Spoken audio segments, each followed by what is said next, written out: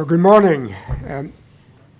Let us begin this hearing by standing, if you're able to do so, and observing a minute's silence in memory of Sheku Bayoh.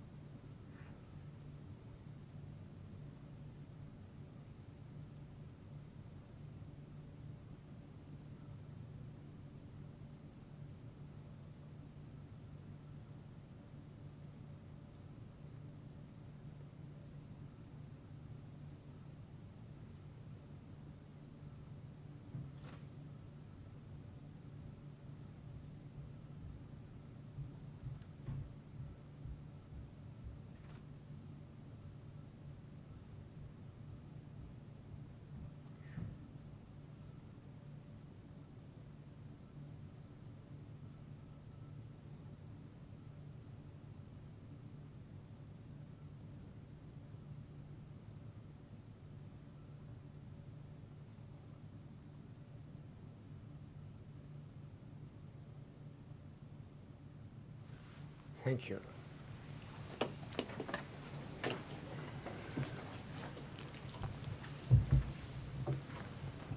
Well, welcome to this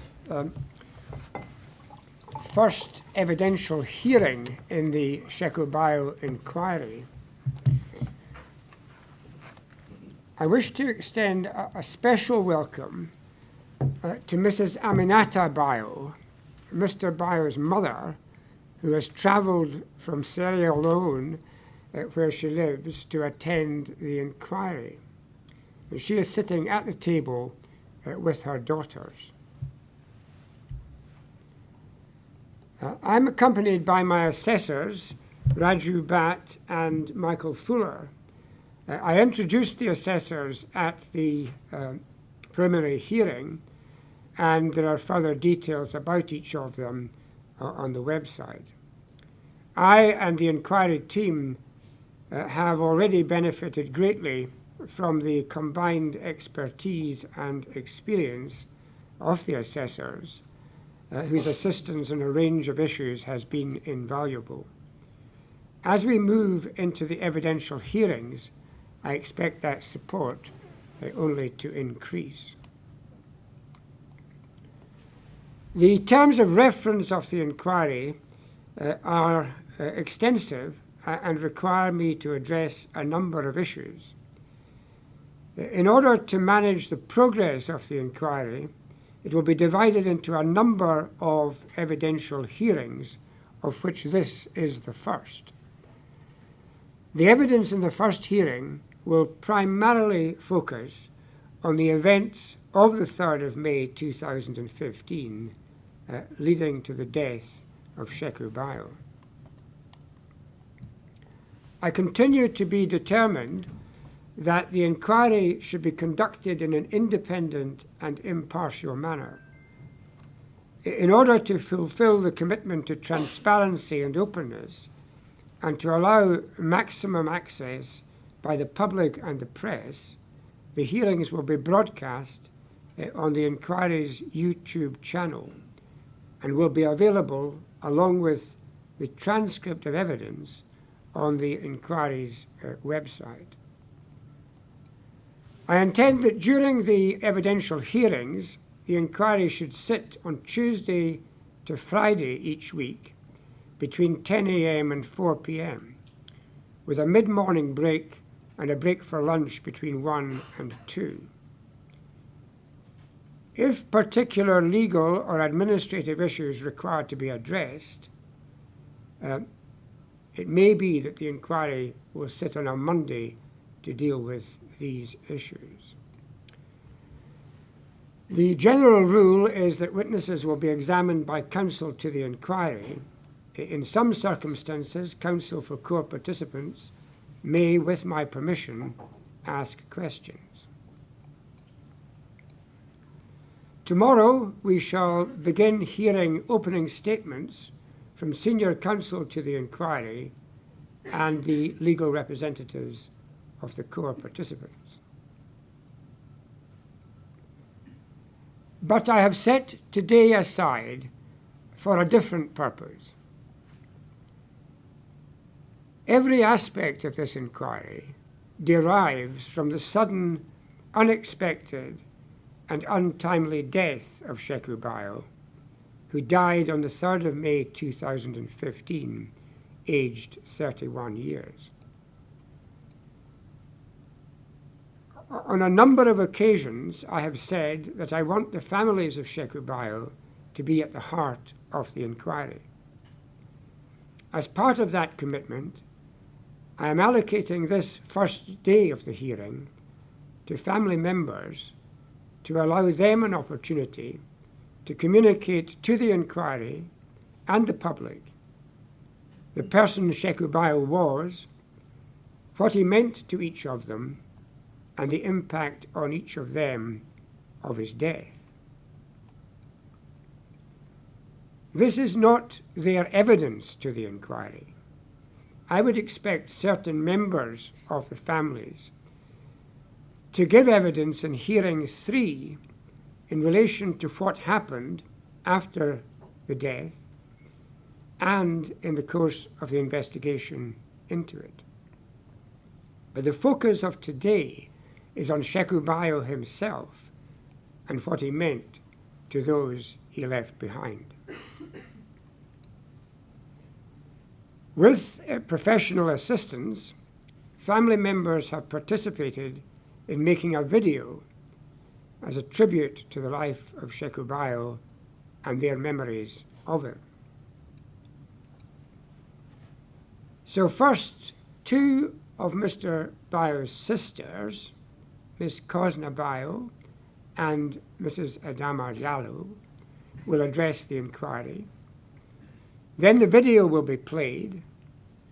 That will be followed by a short break. Then Mr. Bayoh's sister, Mrs. Caddy Johnson, will address the inquiry, and that will be followed by Mr.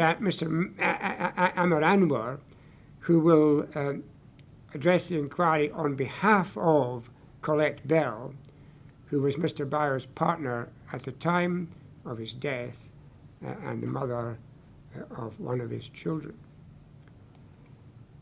So, Ms. Kosna Bayoh, may I ask you to address the inquiry now? Good morning.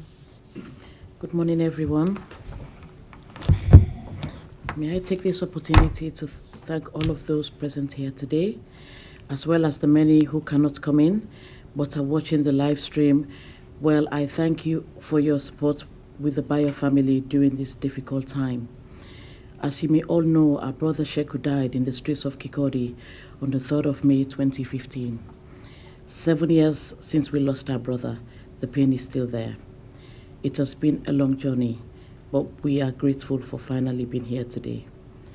We, the family, put together a short video for everyone to find out who Sheku was and how he was much loved by us and his family and all those who had the privilege to meet him.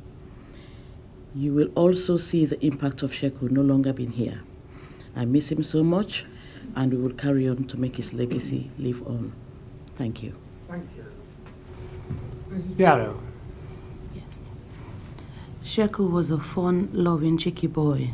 But one thing was unquestionable in the love is the love that he had for his family. No doubt he was a mommy's boy.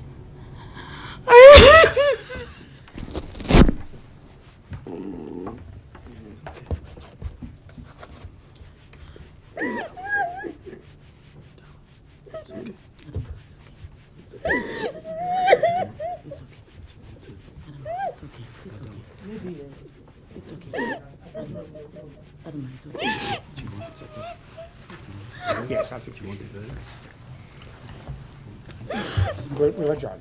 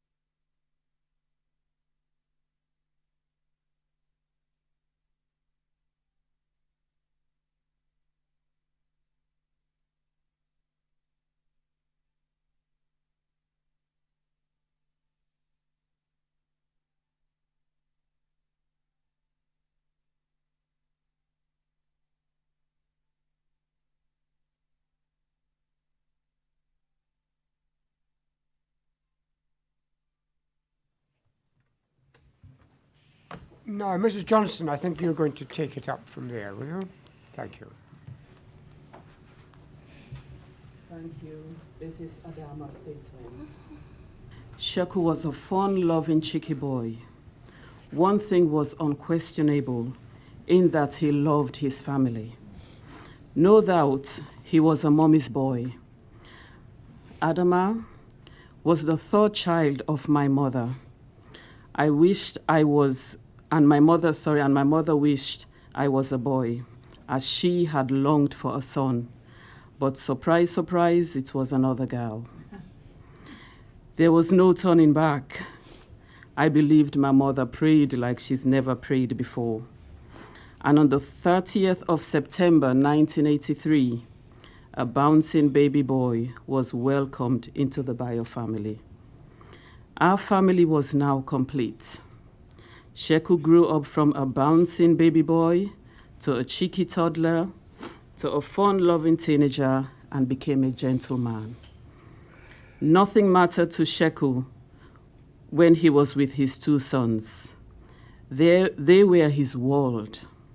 He had a loving partner, loving friends, and family. There was never a dull moment when Sheku was around. As you watch this video, you will see an insight of our dear brother. Thank you.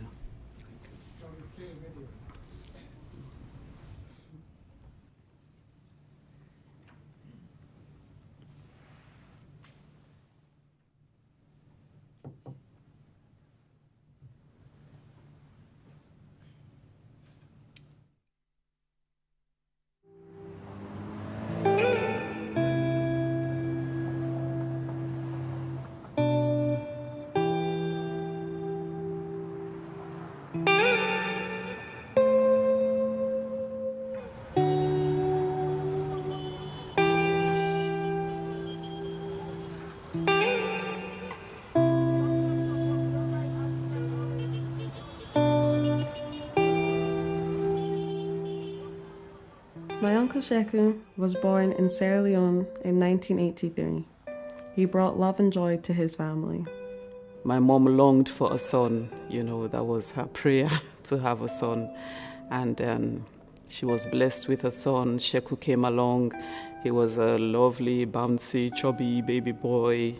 Everybody loved him. We were all fussing over him, want to do things for him as the older sisters. We want to take charge, And he was so loved in the area.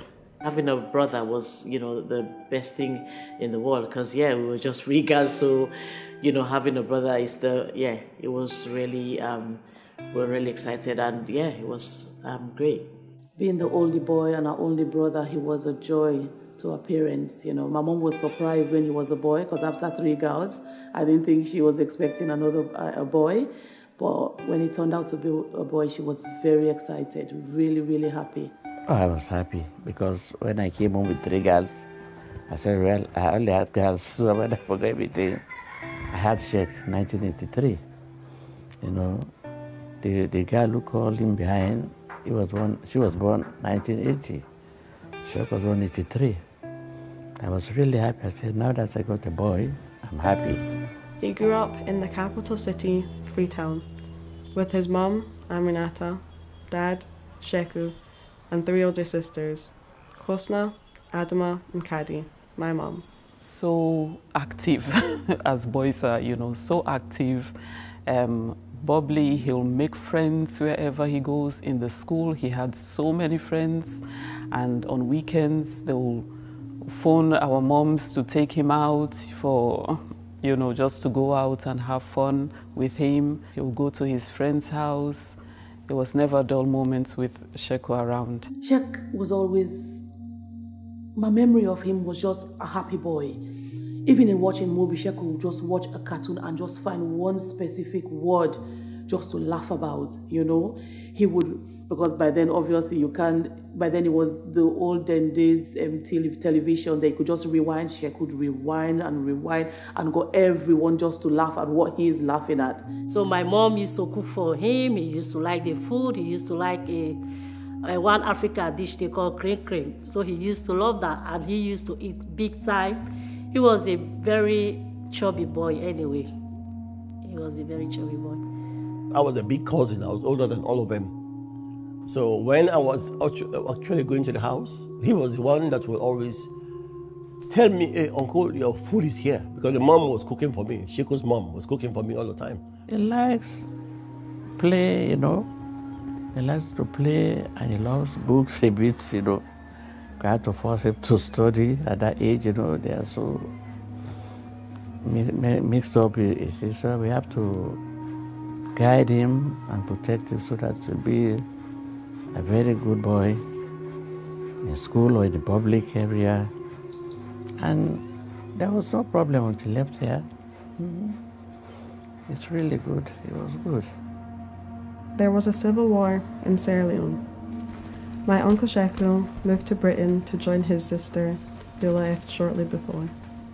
Sheku initially lived in London, but soon moved to the small Scottish town of Kirkcaldy to live with his sisters, Adama and Caddy.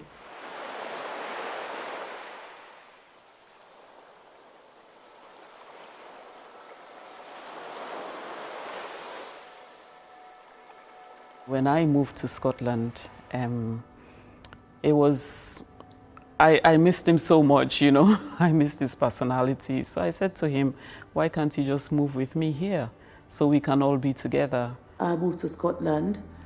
I said to Kadi, I said, I really do miss Sheik. I said, now I'm here, it feels like a piece of me is missing because we were very close.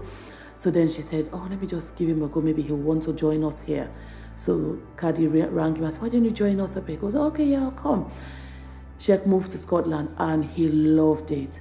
He went, oh my God, Kadi, this is a really nice, quiet, peaceful place. He said, I love it and I'll stay.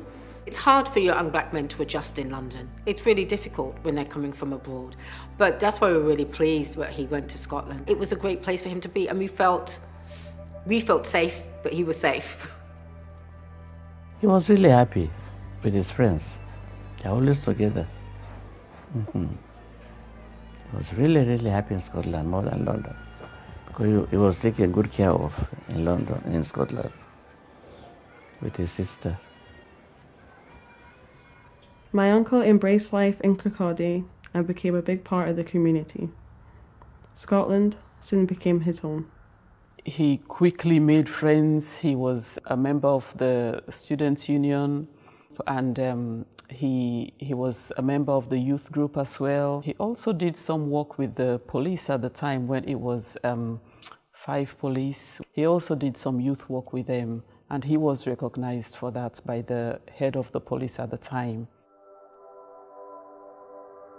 Obviously, we're all minorities in Scottish society, but whenever you met Sheku, there was no sign of him more or less feeling like an outcast or an outsider.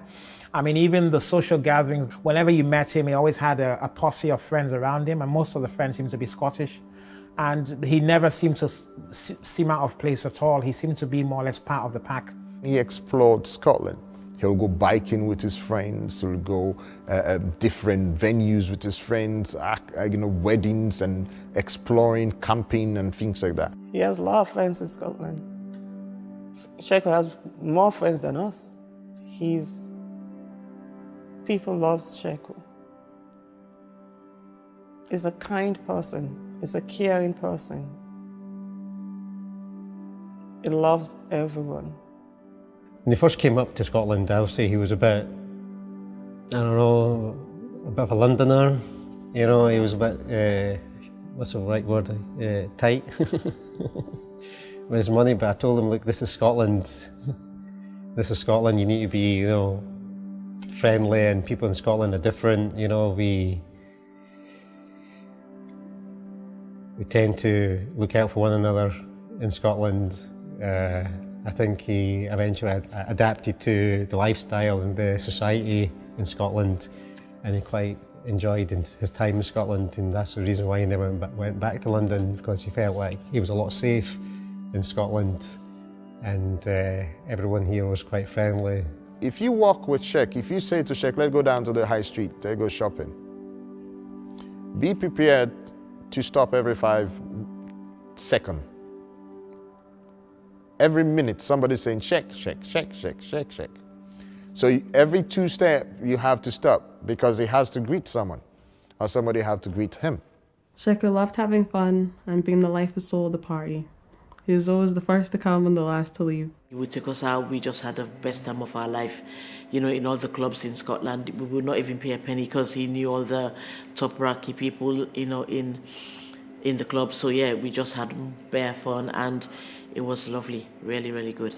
He liked to party, I must say. Everyone did know Shek around 5.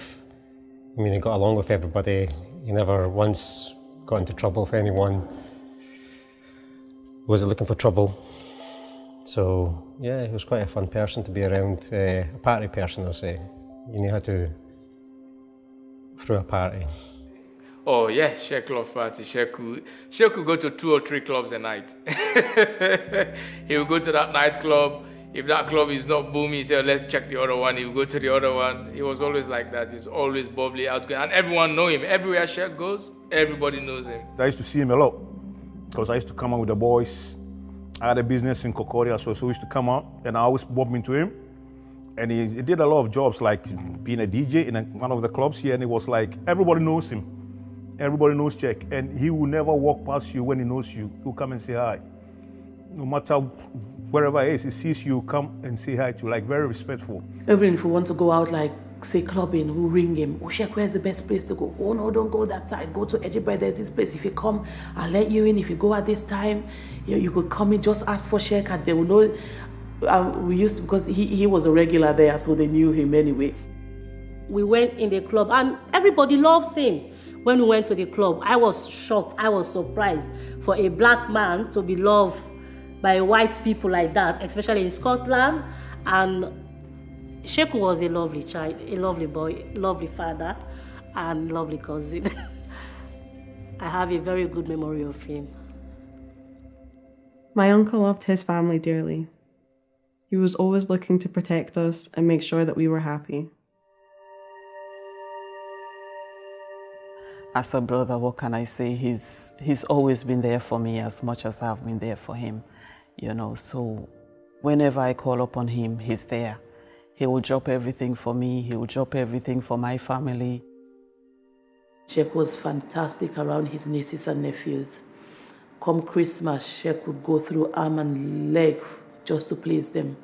And it's like, for some reason, everyone was looking forward to what Uncle Shek would bring. Like when we went to go see Frozen, remember he was like really excited, like flipping it up.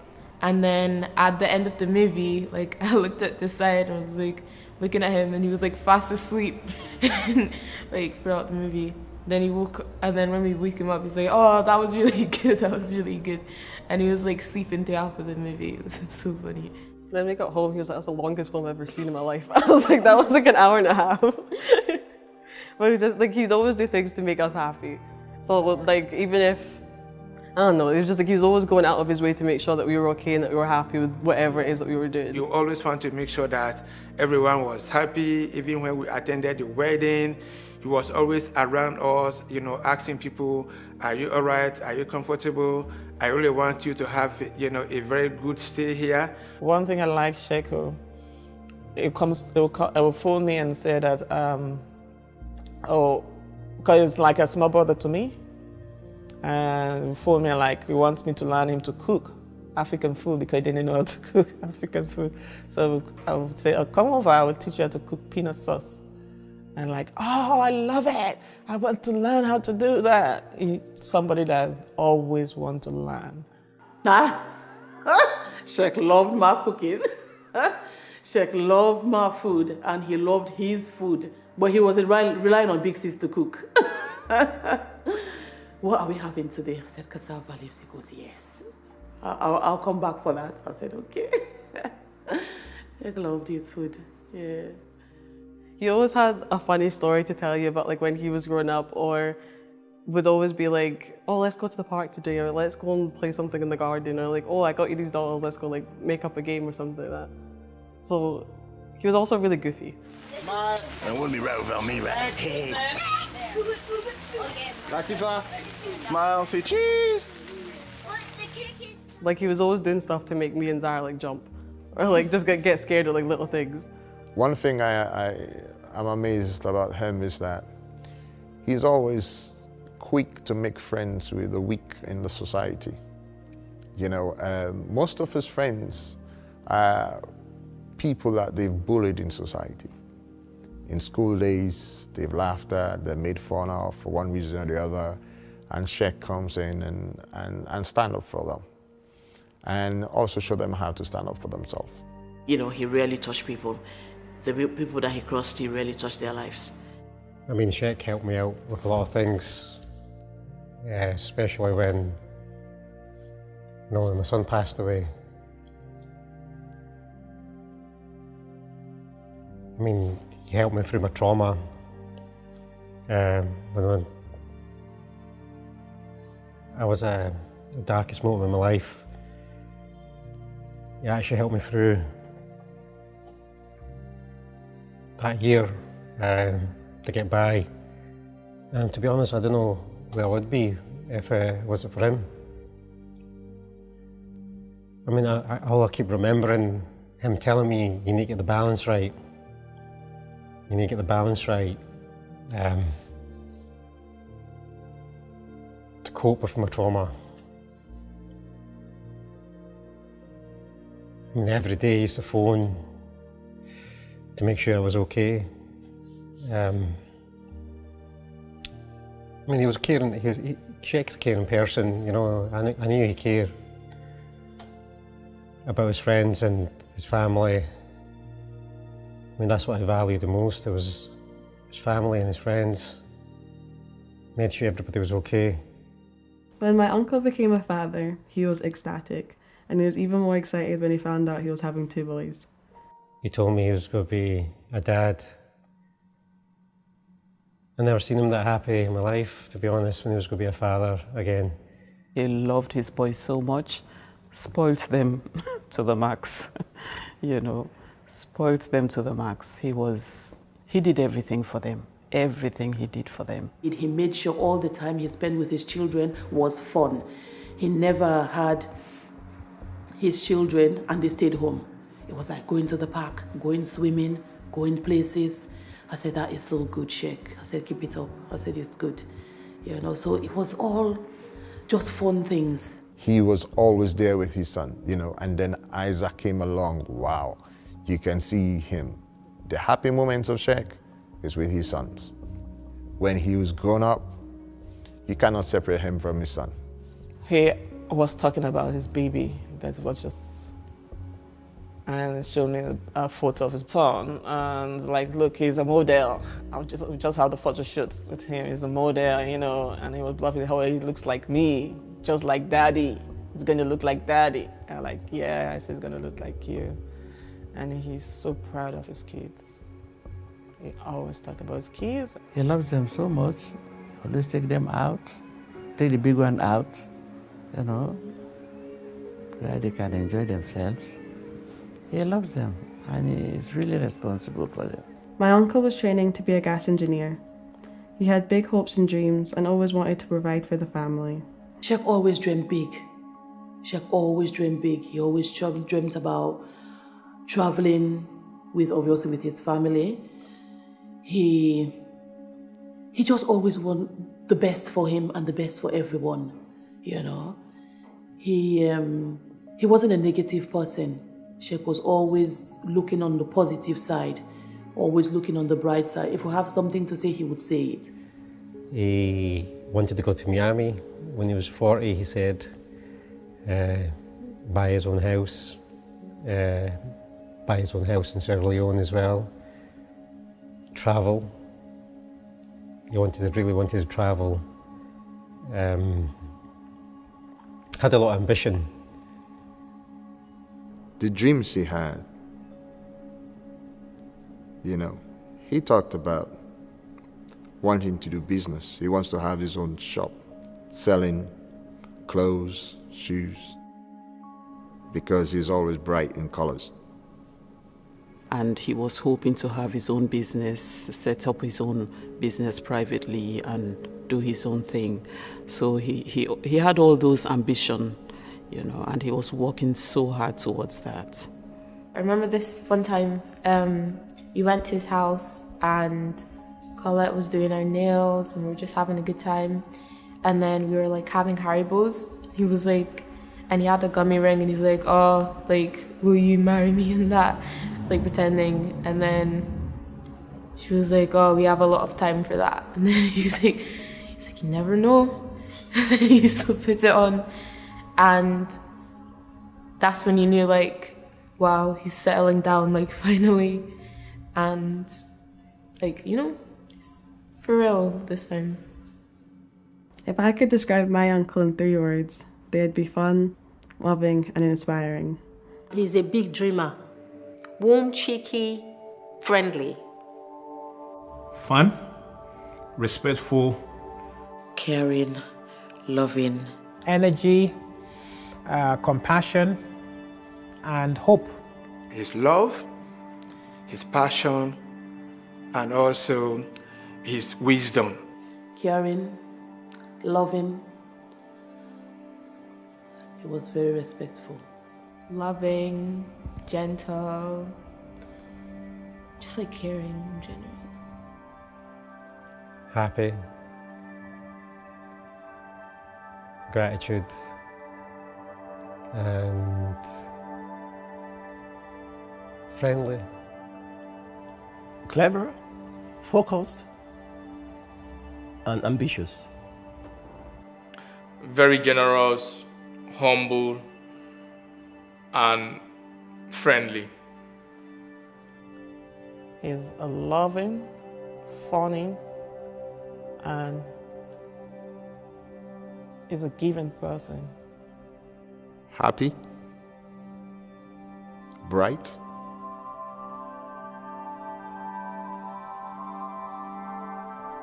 friendly. Fun, lovely, bubbly, you know, yeah.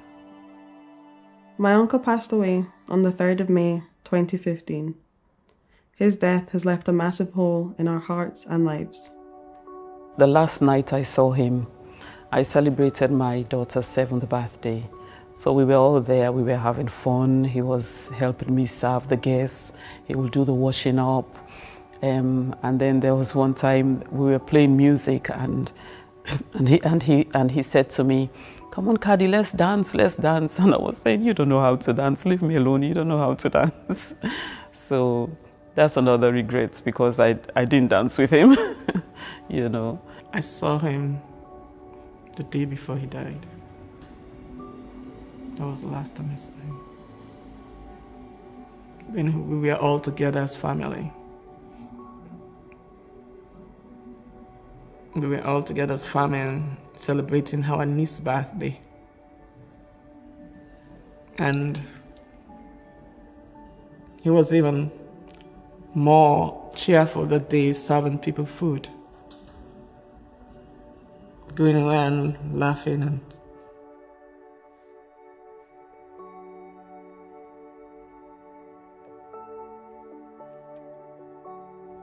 saying hi to everyone, and he was the one giving everybody food that day. Talking to everyone.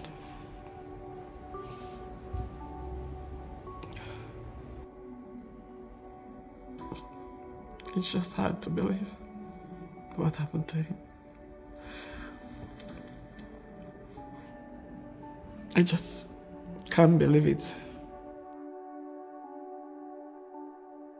So the day after my birthday, when we found out that Uncle passed away, it was like, went from a joyful day, because, you know, just playing with my toys, to everyone, the whole family, community, just coming to our house, praying. Just, you could see how much, like, he impacted on everyone's life, and how he just brought people together, and how much they actually cared. It's just, like, hard. It's really hard. Like I said, I could just play my music and I would think of sick.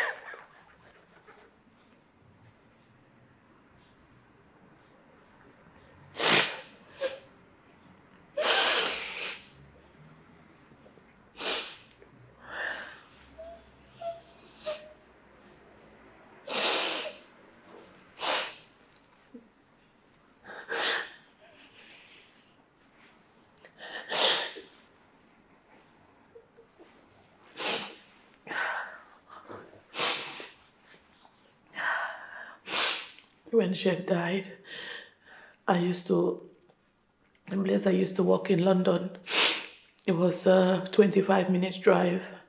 I would play my music so loud, I can't even hear the music play. Just thinking about Sheikh, it was really hard.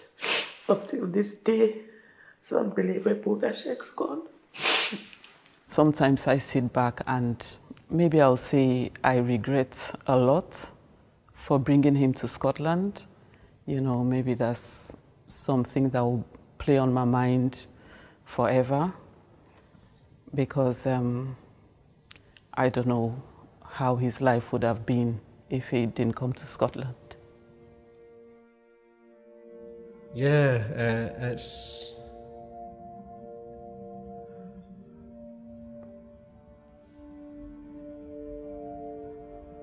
I feel like there's a part missing in my life since he's not been here. Kind of confused, to be honest. The gap is massive. It's really massive in our life. He was the brother I never had. He was there. Even now when I go to Scotland, I miss Sheik a lot. You could feel the gap. The moment you go to Scotland, you could feel the gap because when Sheik is around, the moment he know you're around, he's coming to take you out. It's really hard for us. I mean, our world is torn apart. It will never be, we'll never get another Sheik. He was doing so well for himself. And I don't know, it's hard to think that he's not here anymore, but I'm so happy that he got to do the things that he done while he was here. You know, when it's his birthday or Father's Day, we'll just sit and think, what will he be doing now? What will he be doing with his boys now since they're getting older? How will he be now? What will life be for him now? We could only imagine things now. We could only imagine.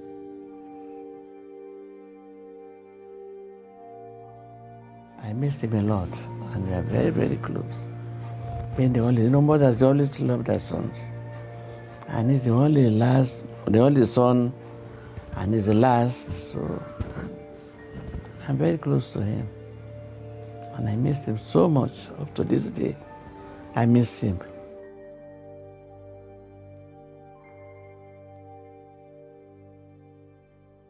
We will always remember my Uncle Sheku.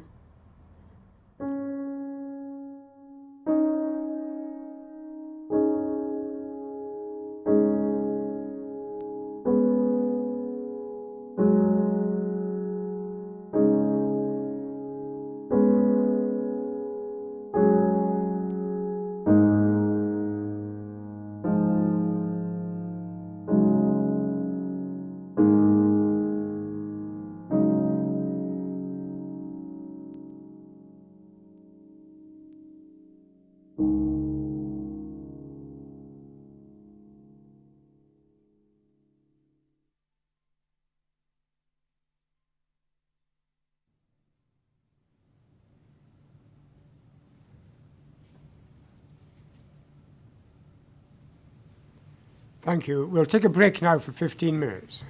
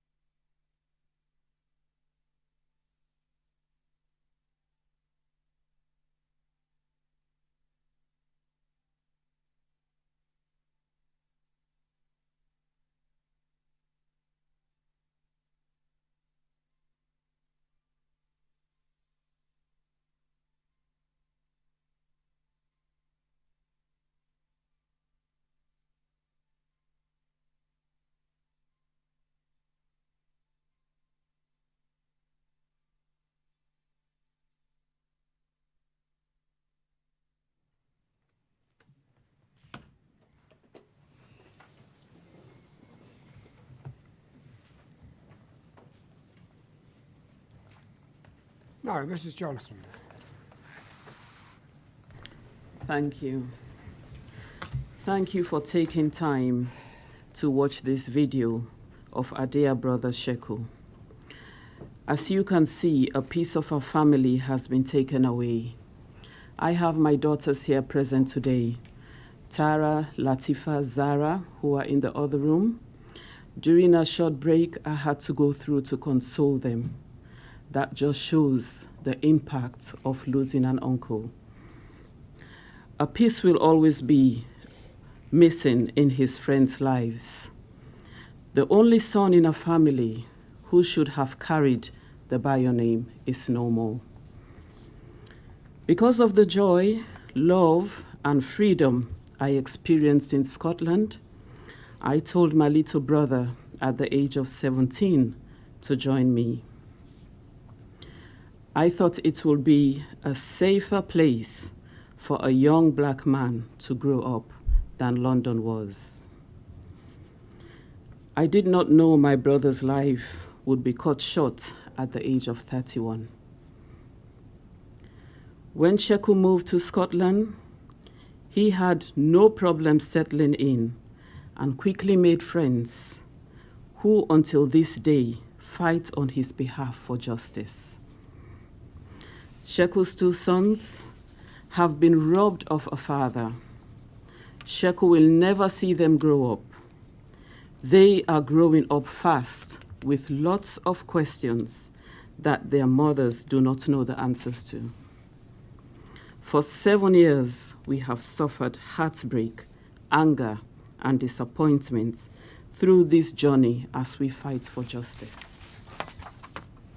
Following my brother's death, so much was said about him. Some was good, and some tried to smear his character.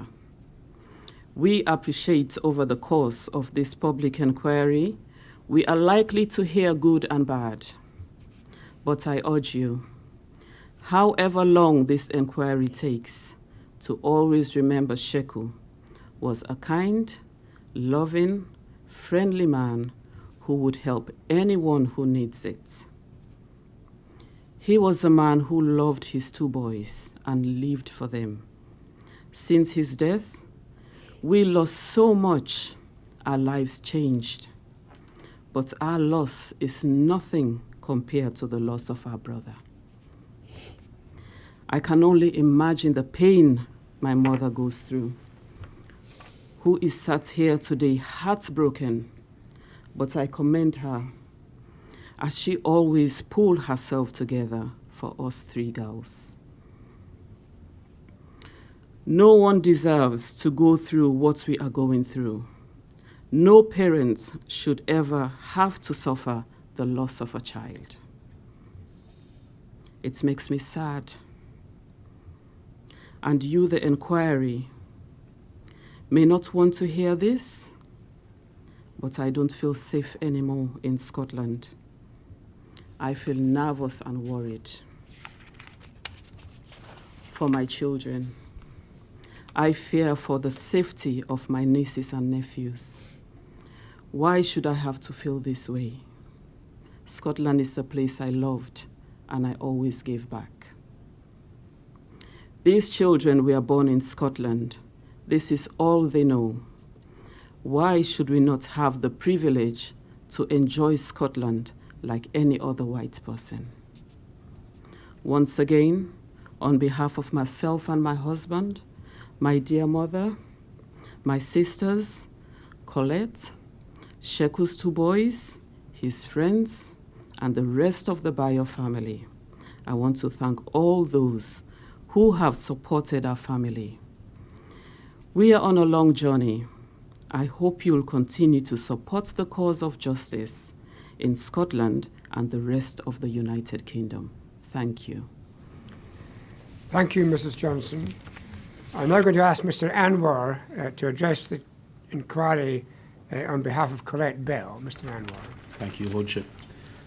Before I start reading the statement on behalf of Colette Bell, I want to pay tribute to the family of Sheku Bayoh. This public inquiry would never have happened had it not been for their courage and their perseverance. of Sheku's loved ones who have refused to walk away, who've refused to be silenced, bullied or patronised. This inquiry is a testament to their desire to seek the truth and to ensure that Sheku is never forgotten. The statement I'm now making on behalf of Colette Bell. Colette was the partner of Sheku Bayoh and the mother of Sheku's youngest child, Isaac, who was only 3 months old when his father died in police custody. I will speak mostly in the third party, but also sometimes in Colette's own words. Those listening to Colette's words should know that Sheku was called Shek by Colette. Colette is grateful to the inquiry for giving her the opportunity of hearing her words today. Colette met Sheku whilst on a night out in September 2012. She truly believes it was love at first sight, and Shek used to say it was like Cupid had shot him. It was easy to fall for Shek, as he was a loving, genuine, charismatic, and had a larger-than-life personality. He was down to earth, grounded, and so popular with everyone he met. Even if he was in a rush, he would always stop and chat. Shek had a passion for music and rapping. He also enjoyed keeping himself healthy and going to the gym. He was a lot of fun and lived life to the fullest, but more than anything, he was a family man. He would do anything for his friends and family, and they meant the world to him. From the moment that Colette met Shek, they became inseparable, spending most of their time together.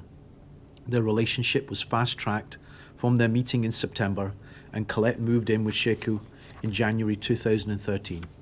But Colette said they were just madly in love, and it seemed like the natural progression. Colette says she will always be grateful for the many happy memories of the time they had together, of their holidays and the nights away. It was during a holiday to Cornwall that they spoke about their future and the thought of retiring to Cornwall as it was so beautiful. They both dreamt of growing old together with their children and their grandchildren visiting them. They would speak about their future a lot, and especially about getting married and what their big day would be like. Shek loved the idea of having a full weekend of celebrations, but it would also have been a celebration of his culture and his religion, with a blessing by an imam and the wearing of traditional clothing. Colette was in no doubt they could see a future together. As a partner, Shek was incredibly loving and thoughtful. Colette would always have fresh flowers in the house, as he brought her flowers every week with no reason required. Every morning she would wake up to him having prepared her coffee. He was always so supportive and affectionate, and they had a beautiful relationship filled with deep love for each other. Shek always used to laugh and say he was unique, he was one of a kind. There was never truer words spoken, as he was the best partner and perfect gentleman to Colette and others. One of the things Colette loved most of all was seeing Sheku being a father. Colette loved seeing the relationship Sheku had with his oldest son, Tyler. Sheku was such a caring, fun and doting father. Their bond was beautiful, and it only made Colette love him more, and she was in no doubt that she would want Sheku as a father to her children. In February 2014, all of Colette's dreams came true when they found out she was expecting. Unfortunately, this pregnancy was not meant to be. However, it made the couple realise just how much they would like a baby.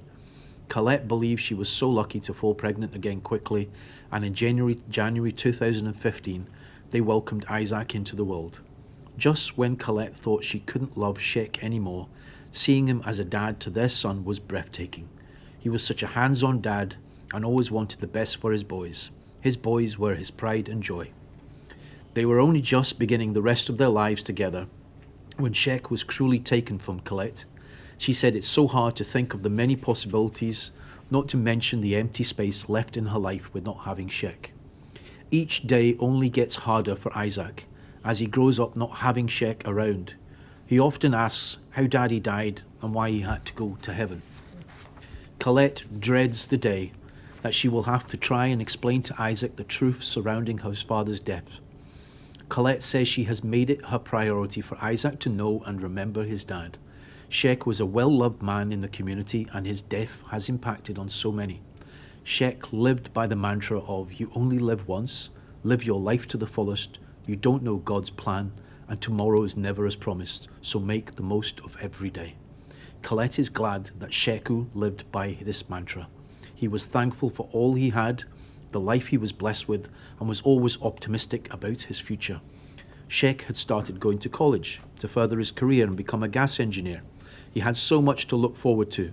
Colette said Sheik always dreamed of being famous for his rapping, and she said Sheik would always say, "Watch this space. One day I'll be famous and my name will be in lights." He was right, but it should have been for his music and never because of his death and the struggle for justice. Colette said it was so hard to try and put into words what she felt. For her, there will never be enough words to explain how amazing Sheku was and how much she loved him. Colette was left devastated by his death, but has built herself back up from the shell she became, stronger each day, wanting to fight for Sheku, but also to be there for their son, Isaac. As the years have passed by, Colette says she has grown tired of the excuses, the lies, the arrogance, and the false hope she was given. Colette has been angered by the attempts to turn Sheku into a monster, knowing he was unable to answer for himself, whilst those who loved him were expected to keep silence. The past 7 years without Sheik has been difficult and heartbreaking. His loss was hard enough without the pain of waiting for what followed, which once again left her heartbroken. Colette often wonders how many families over the years have suffered in silence. How many more will have to go through similar ordeals before things improve? The pain of losing Sheik will never go away. It breaks Colette's heart that Isaac missed out on the future they should have had together as a family. Today, it will be 7 years and 7 days since Sheik was taken from Colette, and she does not have the strength to be here today, but hopes to speak to the inquiry herself soon rather than through her lawyer. But there is a warning for those powers who thought patronising Colette, trying to fool her, making broken promises, and believing that the passage of time would fracture her desire for justice. She states Sheku will not be forgotten. She will never stop loving and remembering Sheku, and today, and in the months ahead, she does not want empty words of condolences and promises. She wants you, the inquiry, to uncover the truth hidden for so long. Over the years, Colette reached her limit and had to look after herself so she could take care of Isaac and rebuild her life as Sheik would have wanted. But that does not mean she is any less determined. She still yearns for justice for her Sheku. That is the very least this inquiry owes to her son Isaac. Colette felt naive as she was hopeful that this inquiry would have been over long before Isaac was at school. It is extremely hard to keep all of the circumstances of Sheik's death and this inquiry from Isaac, and it gets harder the older he is becoming. Colette says that she keeps Sheku's memory alive for Isaac because she wants him to know Sheku from the stories and the memories she has of him, not what is in the papers or spoken about in the playground. To conclude in her own words, Colette wishes to say today, having the inquiry going on for so long will make life difficult as you never get any closure. It's with you day and night. When it comes to the surface, it just brings dread, especially when all I experienced previously was disappointment after disappointment. I can't help but suspect there was a hope that people would stop caring about injustice and that we would simply give up. It is now our time. Our questions were answered. No family should ever have to go through the burden of losing a loved one in police custody. We should never have to rely on our own efforts to make sure the full facts about Sheku's death were known. I really hope this public inquiry fights for the truth and fulfills the promises made to our family and to my son, giving him a legacy where he can be proud of his father. Thank you. Thank you, Mr. Anwar. Well, both in the video and in the addresses, we have heard moving tributes to Sheku Bayoh from members of his families and his friends, as well as powerful expressions of the impact of his death on them. The inquiry will now adjourn and sit tomorrow morning at 10 o'clock.